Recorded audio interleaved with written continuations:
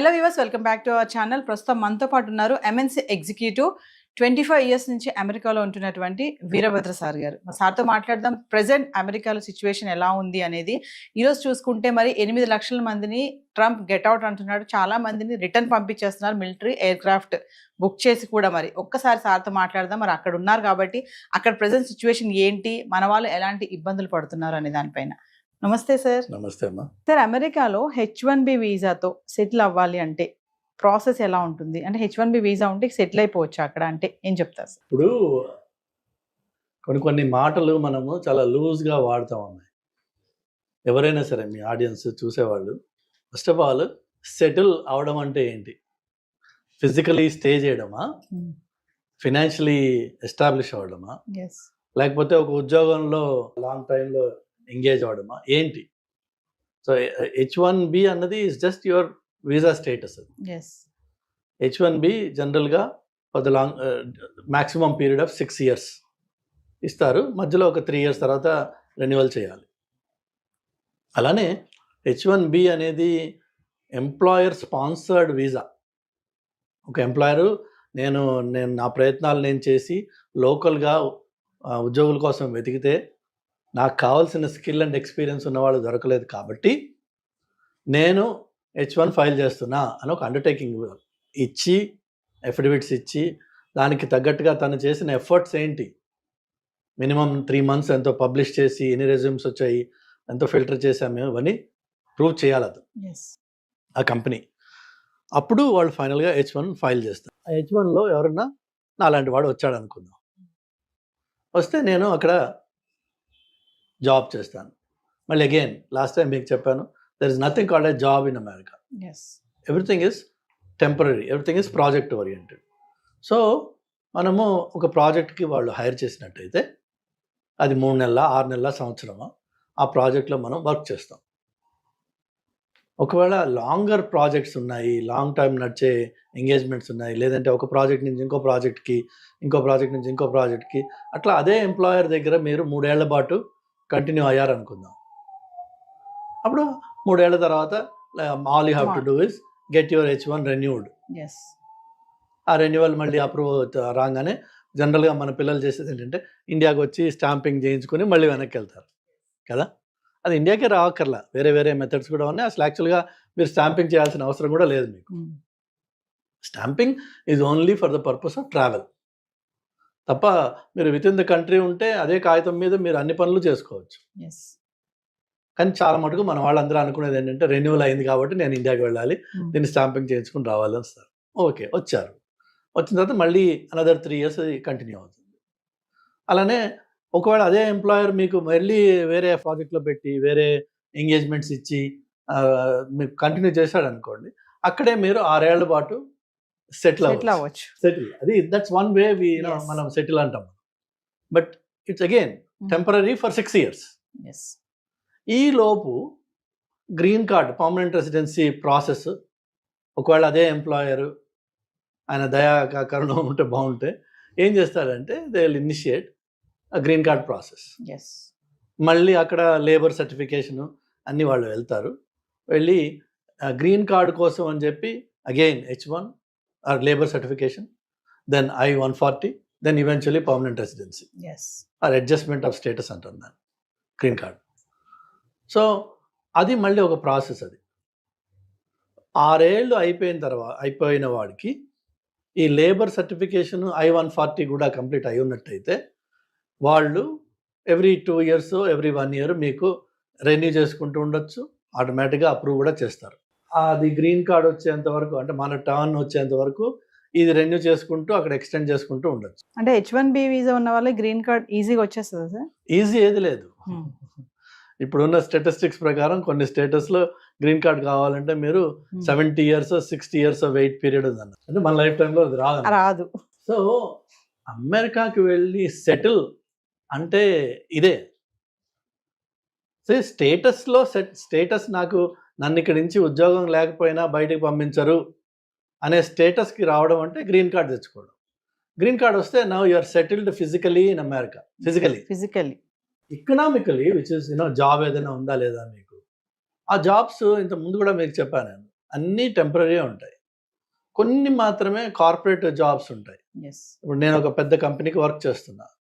So there is a sense of security. It's not like వాడు ఏదో fire చేయడానికి కాదు.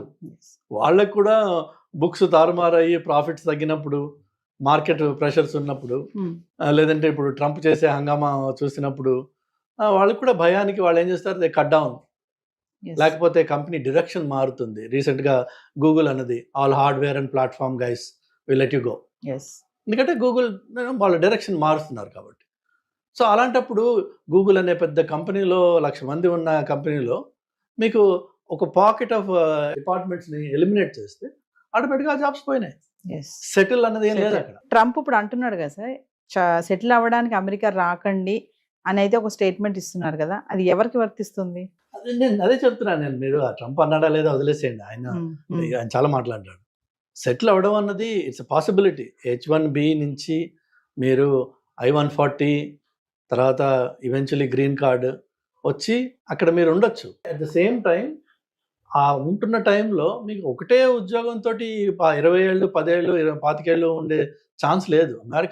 అమెరికానే కాదు, ఈవెన్ ఇండియా కూడా మీరు ఈ రోజున చూస్తే మీకు గవర్నమెంట్ ఉద్యోగాలు లేకపోతే బ్యాంక్స్ ఇలాంటివి ఏమన్నా అది మీరు ఎక్కడ జాయిన్ అయితే అక్కడ సెటిల్ అయిపోవచ్చు. కానీ మిగిలినవన్నీ ఐటీ జాబ్స్ అన్నీ కూడా they are not permanent jobs. Anybody can be laid off any time.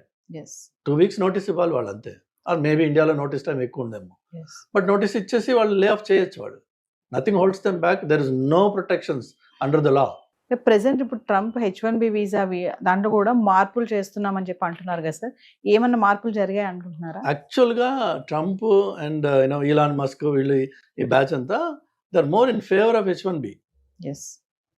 వాళ్ళకి డిజైర్ ఉంది దీన్ని H1B ప్రోగ్రామ్ని మరింత ఎఫిషియెంట్గా చేయాలి, ఇందులో ఉన్న లూప్ హోల్స్ ఏవైతే ఉన్నాయో వాటిని కంట్రోల్ చేయాలి. But America needs talent. అందులో there is no second thought about. So ఆ టాలెంట్ అనేది ఏమవుతుంది, ఎక్కడి నుంచి వస్తుంది? మెయిన్గా they're either Indians or Chinese or Philippine. ఈ పాపులేషన్స్ ఎక్కువ ఉంటాయి నంబర్స్ చూస్తే. మీరు ఆ పాపులేషన్ ఎక్కువ ఉంటుంది కాబట్టి మన గ్రీన్ కార్డ్ కూడా అంత లేట్ అవుతుంది అనమాట. వేరేజ్ కొన్ని కంట్రీస్కి 1 yearలో గ్రీన్ కార్డ్ వచ్చేస్తుంది, బికాజ్ ఆ కంట్రీస్ నుంచి రిప్రజెంటేషన్ అంత తక్కువ ఉంది. సో అందుకని చెప్పేసి H1కి పాజిటివ్గానే ఉంటుంది. ఇన్ ఫ్యూచర్ ఇష్యూస్ ఇంకా డెవలప్ అవుతాయి, పాజిటివ్నెస్ బాగుంటుంది. కానీ వాళ్ళకి గ్రీన్ కార్డ్ రావడం అనేది అది ట్రంప్ ఒక్కడి వల్ల అయ్యే పని కాదు. అది కాంగ్రెస్లో లీగల్ ఏదైతే ఉందో స్టేటస్ మార్పిడి లేకపోతే గ్రీన్ కార్డ్స్ కోటా మేనేజ్మెంట్ ఏదైతే ఉందో దానికి నేను అమెరికాకు వెళ్ళినప్పటి నుంచి క్యాంపెయినింగ్ నడుస్తుంది, ఇన్ఫ్లుయెన్స్ నడుస్తున్నాయి, బిల్స్ వస్తున్నాయి. కానీ అన్ని బిల్స్ ఫెయిల్ అయిపోయినాయి ఇప్పటిదాకా. Nobody could overhaul that process, that system. అందులో సిస్టంలో ప్రాబ్లమ్స్ ఉన్నాయని అందరికీ తెలుసు. లీగల్ ఇమిగ్రెంట్స్ కష్టపడుతున్నారన్న విషయం అందరికీ తెలుసు. కానీ దాన్ని ఫిక్స్ చేయడం అన్నది it's a political land mine. Nobody wants to step on that. ఎందుకంటే H1, L1, F1 ఇంకో 1 అది వదిలేసి అందరూ ఇమ్మిగ్రెంట్స్. అండ్ ఇమ్మిగ్రేషన్ అనేది ఒక సెన్సిటివ్ టాపిక్. సో దాంట్లో ఏమాత్రం అటు ఇటు చేసినా ఎవరైతే దాన్ని సెన్సిటివ్గా చేసి భూతంలా తయారు చేసి ఇమ్మిగ్రెంట్స్ వచ్చి మన అమెరికాని మన కల్చర్ని మార్చేస్తున్నారు, ఇవన్నీ ఉన్నాయి కదా గొడవలు. సో వాళ్ళు they take that up as a very serious topic.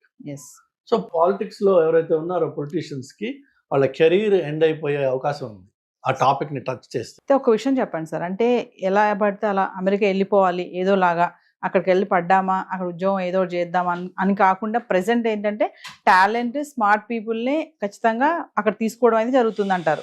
ఇక్కడి నుంచి వెళ్ళే వాళ్ళు ఖచ్చితంగా ఏదో ఒక టాలెంట్తోనే వెళ్ళాలి. ఏమీ లేకుండా ఏదో అక్కడికి వెళ్ళి పడ్డామా ఏదో చేసుకున్నాం బ్రతుకుదాం అంటే మాత్రం ఇప్పుడు సర్వైవ్ అయ్యే పరిస్థితి ఉందా లేదా అంటే ఏం చెప్తారు సార్? ఇప్పుడు కాదు, అది ఎప్పుడు లేదు ఆ పరిస్థితి. ఎందుకంటే అన్ఫార్చునేట్గా మనము అక్కడ వెళ్ళి ఇండియన్స్ కొంత సిస్టమ్స్ని అక్కడ పొల్యూట్ చేసిన మాట వాస్తవం.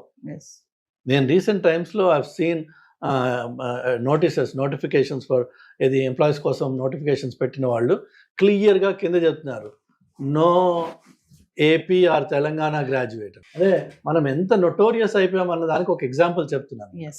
పోనీ ఆ పెట్టిన వాడు లోకల్ అమెరికన్ కాదు, వాడు ఇండియనే. బట్ వాళ్ళు చూస్తున్నారు ఏంటంటే మనం చేసే తప్పుడు పనులు ఏవైతే ఉన్నాయో, అంటే ఏంటంటే ఫర్ ఎగ్జాంపుల్ ఈ స్టూడెంట్స్గా చదవడానికి వస్తారు F1 మీద. ఆ వచ్చిన పిల్లవాడికి మహా ఉంటే 22-23 ఇయర్స్ ఉంటాయి ఏజ్. వాడు అక్కడికి వచ్చి మాస్టర్స్ చేస్తాడు. వాడికి ఒక రెజ్యూమే తయారు చేస్తారు ఈ కన్సల్టింగ్ కంపెనీస్. అది 100% బోగస్ అది. ఓకే. ఓకే. సో ఆ బోగస్ రెజ్యూమే మీద జాబ్స్ ఎవరిస్తారమ్మా? సో ఏదో ఒకటి చేసుకుంటా అంటే ఈ దొంగతనం కొన్ని రోజులే నడుస్తుంది. ఏదైనా సరే అది పట్టుపడుతుంది. పట్టుపడిపోయింది ఇప్పుడు. బట్ నెవర్ ద లెస్ మనం చేసింది దొంగతనం. నేను అమెరికాకి వెళ్ళి ఏదో ఒకటి చేసుకుని బతికేస్తాననే ప్రసక్తి లేదు అక్కడ. అంటే ప్రెజెంట్ ఒక విషయం చెప్పండి సార్, ప్రెజెంట్ మాత్రం అక్కడికి వెళ్తే టెంపరరీ, నువ్వు ఉద్యోగం చేసానికి వెళ్ళినా, చదువుకోవడానికి వెళ్ళినా, ఏదైనా సరే టెంపరరీగానే ఉండి రావాలి తప్ప అక్కడ సెటిల్ అవ్వడం అనే ఆలోచన అనేది ఇప్పుడున్న పరిస్థితిలో లేదు అని అనుకోవచ్చు అంటారా? టెంపరరీ అంటే మీరు అమెరికాకి విజిట్కి వెళ్ళి రావడం అనేది ఉంది కదా ఒకటి, దాన్ని B1 B2 వీసా అంటారు. అలా వెళ్ళేసి సరదాగా 3 నెలలు 2 నెలలు తిరిగేసి వస్తాను నేను, అది కూడా ఆ వీసా అప్రూవ్ అయితే వెళ్ళి తిరిగి రండి, ప్రాబ్లం లేదు. కానీ అక్కడికి వెళ్ళి నేను ఏదో ఒక ఆడ్ జాబ్ చేసుకుంటాను. ఆడ్ జాబ్స్ అంటారు వాటిని. ఏదైతే మీకు ఎంప్లాయర్ చెక్ రూపకంగా మీకు శాలరీ ఇవ్వలేడు, బై క్యాష్ ఇస్తారు. ఎందుకంటే ఎంప్లాయర్ కూడా తెలుసు is not suppose to employ you, కానీ వాడు వాడుకున్నాడంటే క్యాష్ రూపకంగా డబ్బులు ఇస్తాడు. That means you are living an illegal life. మీరు నిర్ణయం చేసుకోవాల్సిందల్లా మీ ఆడియన్స్ అందరికి ఎవరికైనా నేను చెప్పేది ఏంటంటే, అక్కడికి వెళ్ళి ఆ బతకాల్సిన అవసరం ఉందా నీకు? అక్కడికి వెళ్ళి అంత హీనంగా ఏ మెక్డానల్డ్స్లోనో లేదంటే ఏ ఇండియన్ రెస్టారెంట్లోనో నలుగురికి సర్వ్ చేయడమో, లేదంటే గిన్నెలు కడగడమో, లేదంటే స్టోర్స్లో పనిచేయడమో అర్ధరాత్రి అపరాత్రి, అక్కడ ఉండే ఆ రిస్కులు ఉన్నాయి. బట్ ఆ వర్క్ కోసం అని చెప్పి నువ్వు అమెరికాకి వెళ్ళాలా? డాలర్ కన్వర్షన్ అంత గొప్పదా? అంత అవసరమా? అది లేక ఇక్కడే మన అహంకారం ఏదైతే ఉందో కొంచెం అహాన్ని కొంచెం కంట్రోల్ చేసుకుని, ఎంతోమంది మాస్టర్స్ చేసి, ఇంజనీరింగ్ చేసి, ఫార్మస్యూటికల్ డిగ్రీస్ చేసి పిల్లలు పానీపూరి బండి పెట్టుకున్నారు. ఇండియాలో హైదరాబాద్లో ఉన్నారు మీకు మాస్టర్స్ చేసి పానీపూరి పెట్టుకున్న వాళ్ళు. రోజుకి 3,000 2,000 4,000 సంపాదిస్తున్నారు వాళ్ళు. తప్పేంటి అందులో? కానీ మనకేంటంటే డిగ్నిటీ ఆఫ్ లేబర్ అని చెప్పి ఒకటి ఇండియాలో ఇక్కడ ఉంది. అదంతా నేను చేస్తా, ఇదంతా నేను చేస్తా అక్కర్లా. నువ్వు ఏదైనా సరే, ఏ పనైనా సరే, ఫస్ట్ ఆఫ్ ఆల్ నీ సెల్ఫ్ రెస్పెక్ట్ మెయింటైన్ చేసుకుని నువ్వు పని చేసినట్టయితే అది నీకు గర్వంగా ఉంటుంది, ధైర్యంగా ఉంటుంది. నువ్వు దొంగతనంగా బతకాల్సిన అవసరం లేదు. అక్కడ మీకు డ్రైవర్స్ లైసెన్స్ రాదండి మీకు స్టేటస్ లేకపోతే, which means you can never drive. వేరే వాళ్ళ కారులో అయాపా అని అడుకుని తిరగాలి తప్ప యూ కెన్ నెవర్ డ్రైవ్. ధైర్యంగా మీరు ఒక ఫ్లైట్ ఎక్కి వెళ్ళలేరు, ఎక్కడెవడు నేను స్టేటస్ చెక్ చేస్తాడు. అంత దొంగగా ఉండాలి. అంత ఉండాల్సిన అవసరం ఉందా? అన్ఫార్చునేట్ ఏంటంటే, నాకంటే ముందు 10 మంది వెళ్ళారు, వాళ్ళందరూ అక్కడ ఉన్నారు, వాళ్ళు సెటిల్ అయిపోయారు, నేను కూడా వెళ్తా అక్కడికి.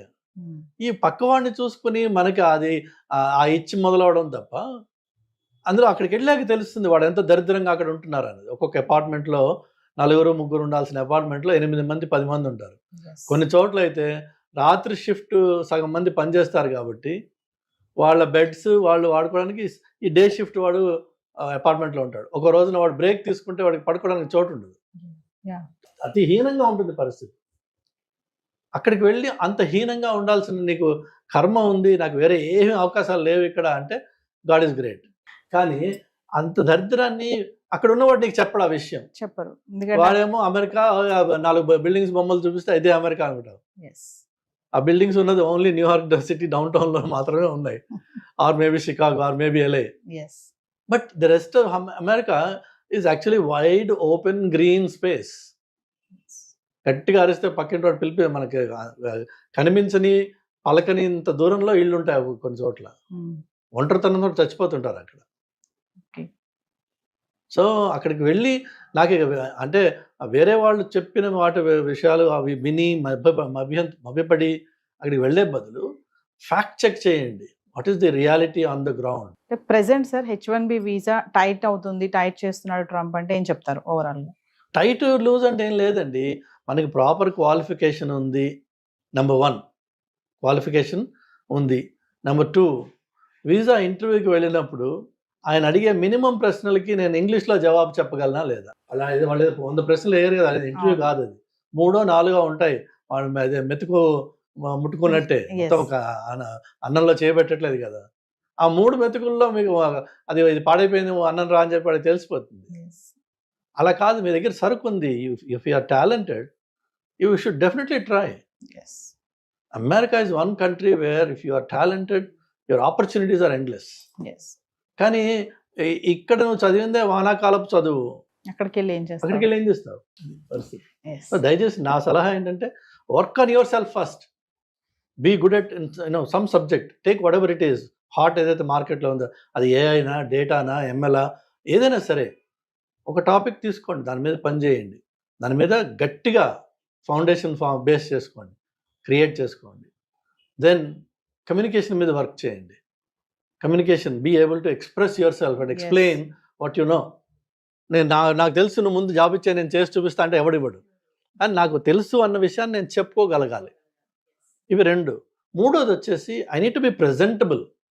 మాసిపోయిన గడ్డమును ఇంత జుట్లు పెట్టుకుని ఏదో పనికిరాని అలాగ అప్పుడే నిద్ర లేచి ఇంటర్వ్యూలకు వెళ్తే ఆ జాబ్ ఇంటర్వ్యూ రాదు, వీడి వీసా ఇంటర్వ్యూ రాదు, 2 రావు.